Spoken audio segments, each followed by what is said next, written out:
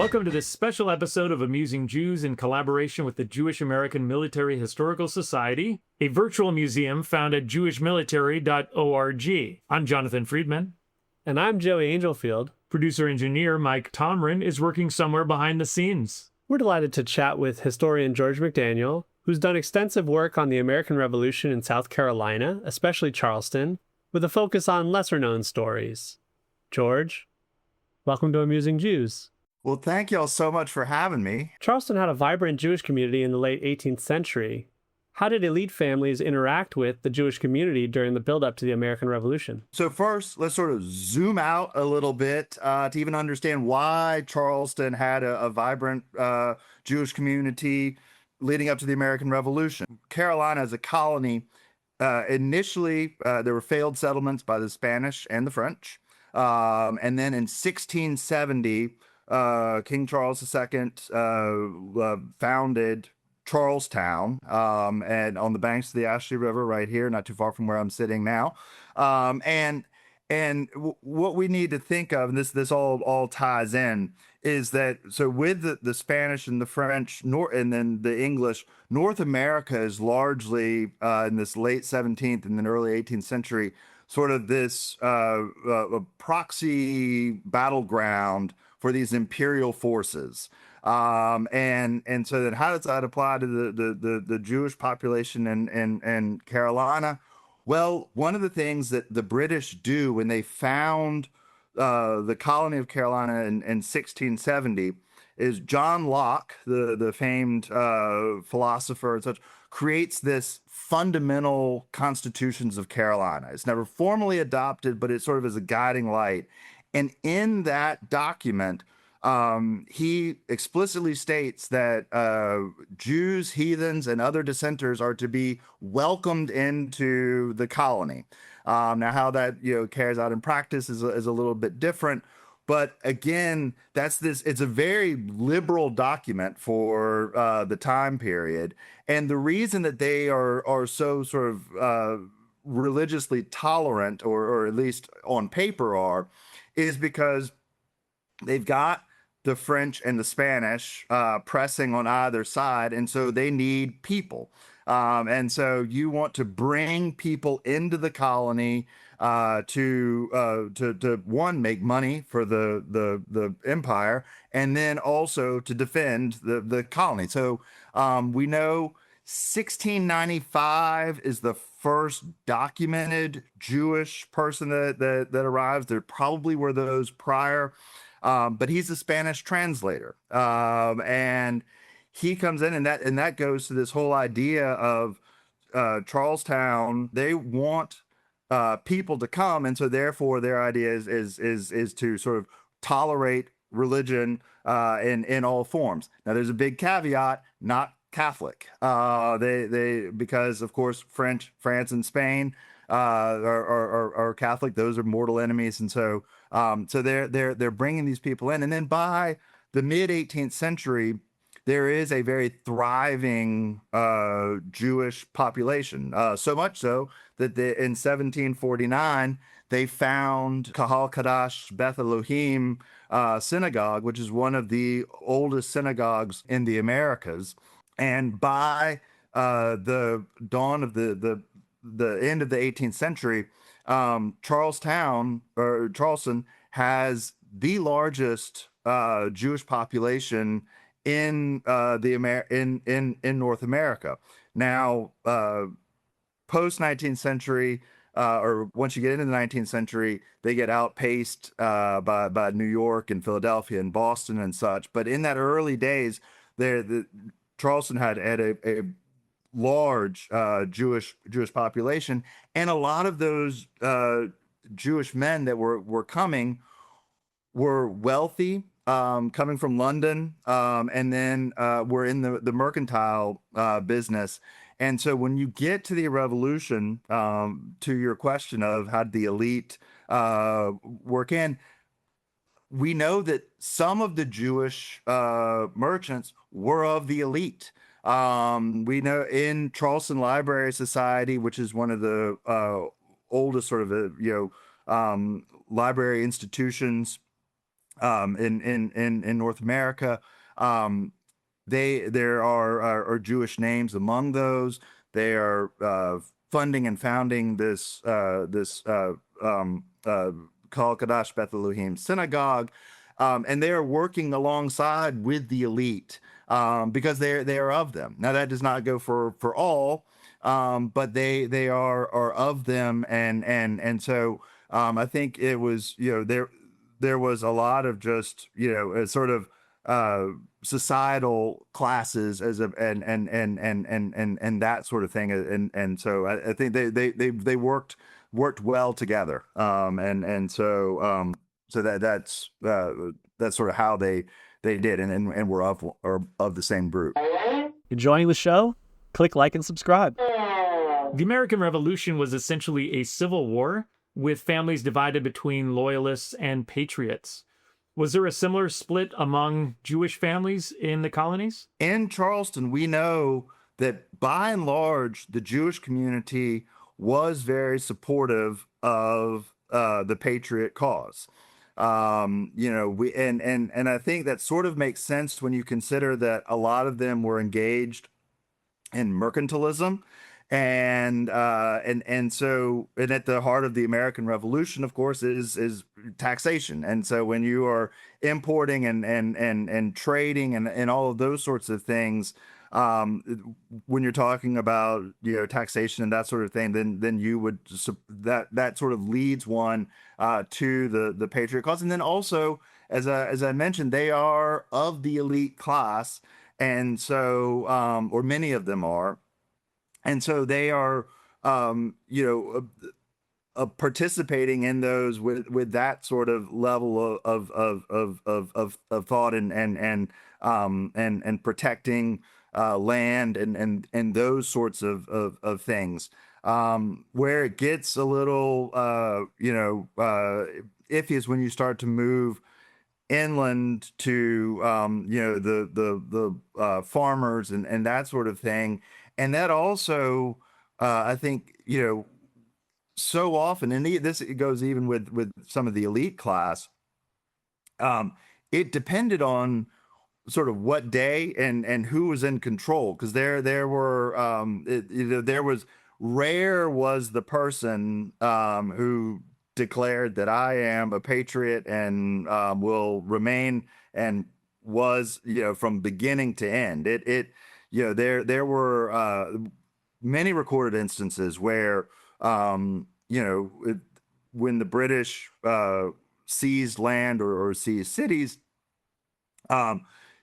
people would sign loyalty oaths to protect their land holdings, while then also sometimes feeding money to the patriot cause and sort of playing both sides. So I think it's that's where this the complexities of history and the rah we're all patriots or boo loyalists is just asinine, because it is shifting loyalties and complicated thoughts. I mean, what does one do? And so there, but by and large, we know that the Jews in Charleston supported the patriot cause, and I think that bears out in the historical record, and then also when you think about the business that they were in, that tracks as well. Did that oscillating affiliation strike anyone as traitorous or anything, or was it just so common that someone would go through those changes that everyone was doing it and it wasn't really certain what the outcome was going to be, so flip-flopping was kind of the norm? It kind of depended on who you were talking to and talking about. There were those who were dyed in the wool. Christopher Gadsden, the Gadsden flag. I mean, he was a firebrand. He did not have a lot of tolerance for oscillation and shifting loyalties. But others, it was common, and so and those that even those that were sort of might have been firebrands and such, they also understood some of the thought processes that were going into these people wanting to protect their property, their land holdings, that sort of thing. It really sort of depends. There are all examples out there. But in Charleston, there it was those that were patriots, or the leaders of the patriot movement in Charleston. I think there were even some where fathers oscillated, and the son was steadfast and such, and so it just sort of depended, I think, but the oscillation was incredibly common, and that's something that we don't think about so much today. What can you tell us about Captain Richard Lushington, who led the so-called Jew Company of the South Carolina militia? His family immigrates to Charleston at some point in the early to mid 18th century. He's born in 1751 in Charleston.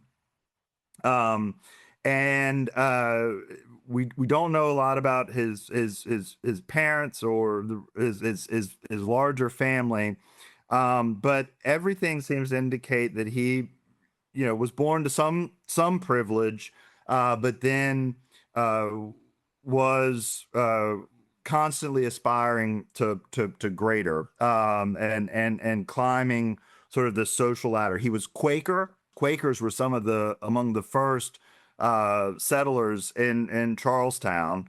We don't think of Charleston or South Carolina as Quaker country, but in the 18th century it was, to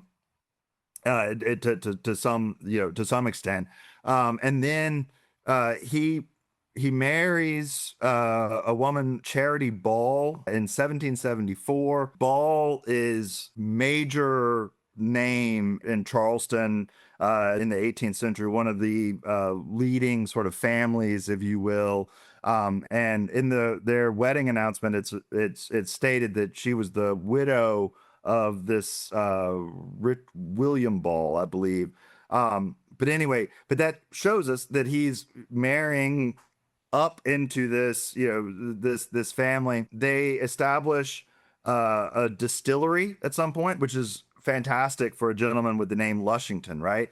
And so they have this distillery. January of 1776, they call for the muster of militia units, and at some point he takes command and as becomes an officer of a militia unit. And when we're talking about officers, today we think West Point and all of those sorts of things. This is much more sort of a gentlemanly, sort of purchase the rank. We don't know exactly how he gets it, but it's that something probably along those lines.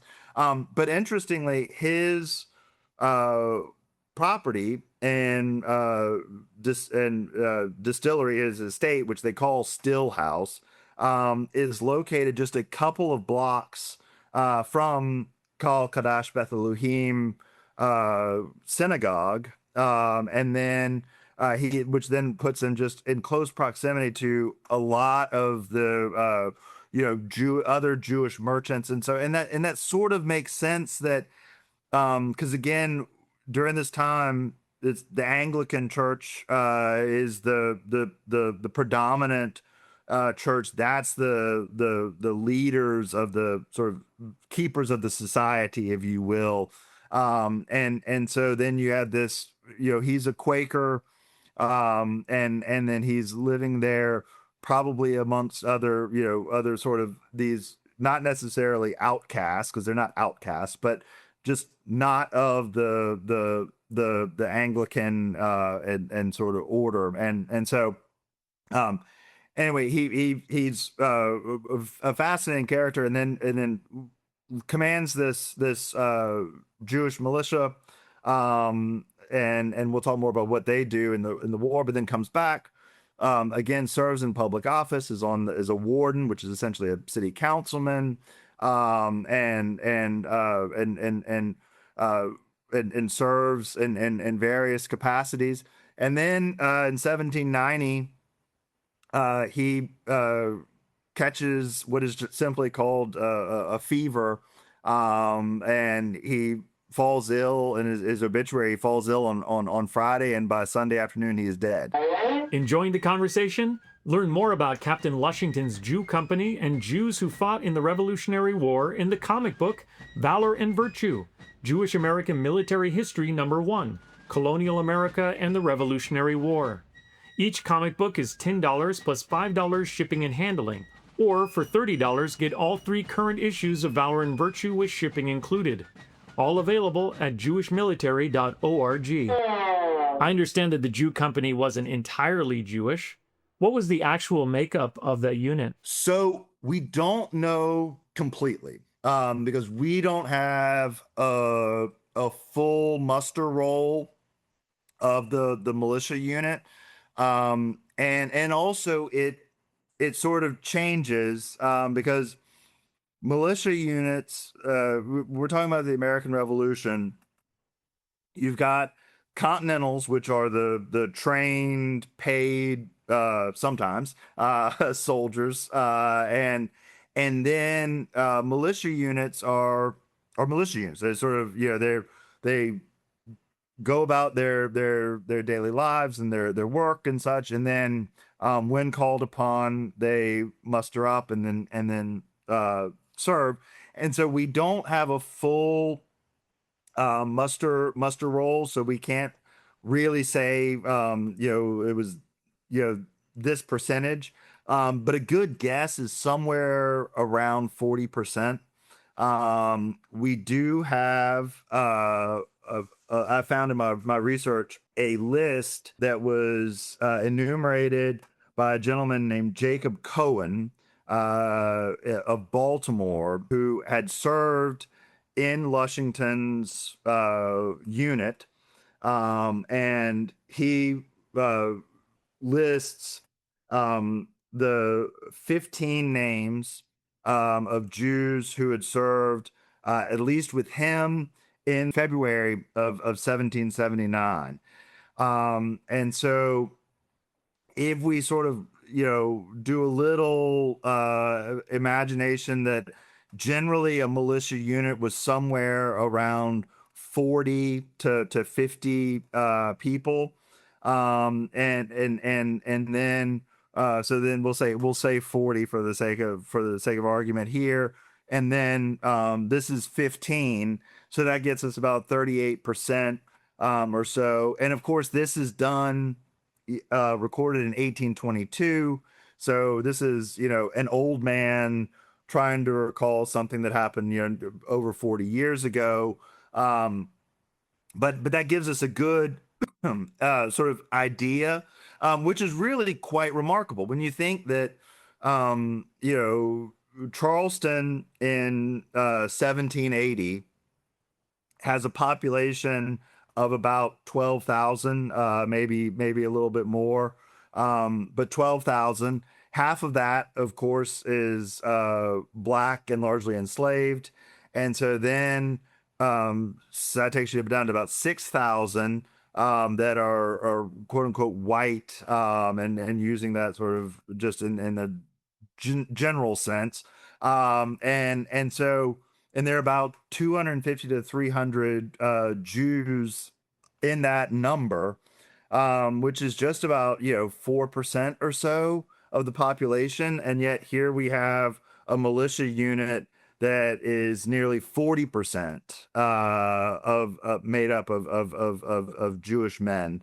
So that sort of again speaks back to that idea of the Jewish population being largely supportive, and then also showing up and fighting, as putting their money where their mouth is. What battles or campaigns did the company participate in during the defense of South Carolina? One of the first battles that we know that they fought in is the Battle of Port Royal, which is in February of 1779. The British had captured Savannah in 1778.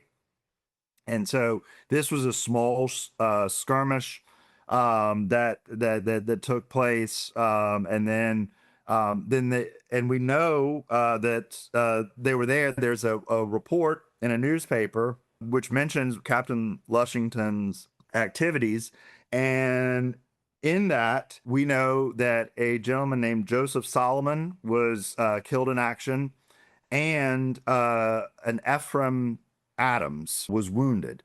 And so we know that they were there, and participated in that skirmish. They then we participated in the siege of Savannah, which was a ill-fated attempt by Major General Benjamin Lincoln to take back Savannah. Did not work. The British were too well entrenched, and then he retreats to Charleston, and then the entire British army descends upon Charleston, and we get the siege of Charleston in the spring of 1780. They certainly saw a great deal of fighting in that, and not only fighting. Major General Benjamin Lincoln, who was the commander of the Southern forces at the time, famously was sort of derogatory towards militia units. He didn't have a lot of faith in them, and it kind of makes sense. Their militia units, again, like they would, just sort of, they're not as well trained as regular army. They, are doing their own work, living their lives, and then to pick up and come and fight. So he did not think that the many militia units would arrive. Of course, he was wrong about the Charleston militia, because the Charleston militia were people who were located in Charleston, lived in Charleston, and so they were fighting for their homes, and so defending their homes, literally, and so but so they we know that they fought in that, and that siege lasts about 6 weeks or so. And then ultimately one of the tipping points is a large number of the militia officers write to Lincoln and tell him it's time to surrender the city. They're being completely bombarded, and by this point the supply lines are largely cut. The British have the city surrounded, and so Lincoln surrenders the city, and it's the largest surrender of American troops, I believe, up until the Civil War. And then of course in the Civil War everyone was kind of American, in some sense, and then I think it even goes to if you want to discount the Civil War, I think it goes it's the largest surrender up until the Bataan, the surrender of troops in Bataan in the Philippines in World War II. What happened to the men of the Jew Company during the British occupation of Charleston? Some simply laid down their arms and were allowed to go sign an oath of allegiance to the British, and were allowed to return to work, and go back to I will not raise up arms against the British, and they were allowed what was called parole, and they were allowed to just go back to their lives. Some were taken prisoner and put on prison ships, which were just horrid conditions, and sweltering heat, and just people packed in there, disease, malnutrition, all of those sorts of things, and so it wildly different sort of outcomes. One interesting thing is that Lushington is captured in August of 1780, arrested, and he, along with 36 others initially, are sent in exile to St. Augustine, which is a British stronghold at that point, and they are technically prisoners of war, although they are allowed to rent villas, which are described as having piazzas and orange groves. Some of them even are allowed to bring their own or bring enslaved people with them, which opens up this whole interesting idea of these people who are sort of doubly enslaved, so they're enslaved to people who are prisoners of war. But wildly different outcomes. But by and large, of the sort of rank and file of the Charleston militia, they were probably allowed to just return to their everyday lives and just and go about life in Charleston under British occupation. When visitors come to historic sites in the South today, stories like the Jew Company aren't usually what they expect to hear. Why are these diverse narratives important to the study and interpretation of the American Revolution? In large part, they're the ones who did the fighting and the dying and really, you know, moved the needle. Back sort of by graduate work, I was heavily influenced by a book by James Agee, Let Us Now Praise Famous Men, which was 1936 is when he did the work down in Alabama, looking at sharecropping families. There was supposed to be a Fortune magazine article and then turned into this giant tome. But the title he gets from the Jewish text, The Wisdom of Sirach. The Let Us Now Praise Famous Men and their fathers who begat us. And it's the idea is that these are stories and people who brought us to where we are. And so their stories deserve mention, demand mention, that we talk about them, and they also illuminate this whole side of our shared sort of past, and and again with Charleston, I don't think a lot of people know that Charleston had the largest population of Jews in North America for most of the 18th century, and so or that they so many that they were widely supportive of the patriot cause. They fought and bled for this cause that brought us, which we celebrate this year with the 250th. And I think that lifting those stories up sort of tells us, in looking at all of these, the complexity of this history. I think, right now, particularly in some of the debates and things that are going on about history, it's largely about simplifying and celebrating when in fact we should be complicating and pondering, and in doing that, again it reveals sort of this shared past that I think that we share, and that then deserves celebration. And so I think that's sort of I think that's all of these stories, be it these Jewish men like Mark Lazarus or David Cardozo or DaCosta or Ephraim Abrams and all these, or Richard Lushington, or the countless enslaved people